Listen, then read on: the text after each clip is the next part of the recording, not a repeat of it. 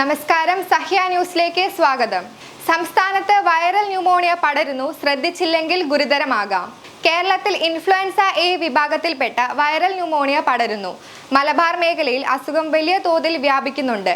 H1N1, H3N2 എന്നിവയാണ് പടരുന്നത്. പനിയും അനുബന്ധ പ്രശ്നങ്ങളുമായി എത്തുന്ന പ്രായമായവർ, മറ്റ് അസുഖങ്ങളുള്ളവർ, ശ്വാസമുട്ടലുമായി എത്തുന്നവർ എന്നിവരിൽ നടത്തുന്ന പരിശോധനാ ഫലം 90% പോസിറ്റീവാണെന്ന് ആരോഗ്യ വിദഗ്ധർ പറയുന്നു. ഇത് വേണ്ട രീതിയിൽ ശ്രദ്ധിക്കപ്പെടാതെ പോവുകയാണെന്നും പലപ്പോഴും ടെസ്റ്റ് പോലും നടത്തുന്നില്ലെന്നും Kozhikode Aster MIMS critical medicine director doctor AS Anoop Kumar പറഞ്ഞു.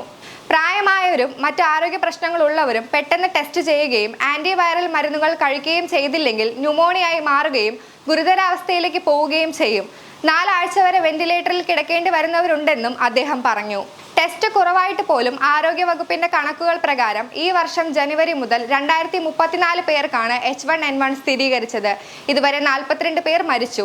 ഈ മാസം 13 വരെ 304 പേർക്കാണ് സ്ഥിരീകരിച്ചത്. 2009 ശേഷം ഇപ്പോഴാണ് ഇത്ര വലിയ വ്യാപനം കാണുന്നത്. അണുബാധയുണ്ടായി 3 മുതൽ 5 ദിവസം കൊണ്ടാണ് രോഗലക്ഷണം ഉണ്ടാവുന്നത്. 7 ദിവസത്തോളം രോഗവ്യാപനത്തിന് സാധ്യതയുണ്ട്. രോഗി സ്വയം ക്വാറന്റീനിൽ പോകുന്നതാണ് നല്ലത്. പുറത്തു പോകുന്നുണ്ടെങ്കിൽ നിർബന്ധമായും മാസ്ക് ധരിക്കണം.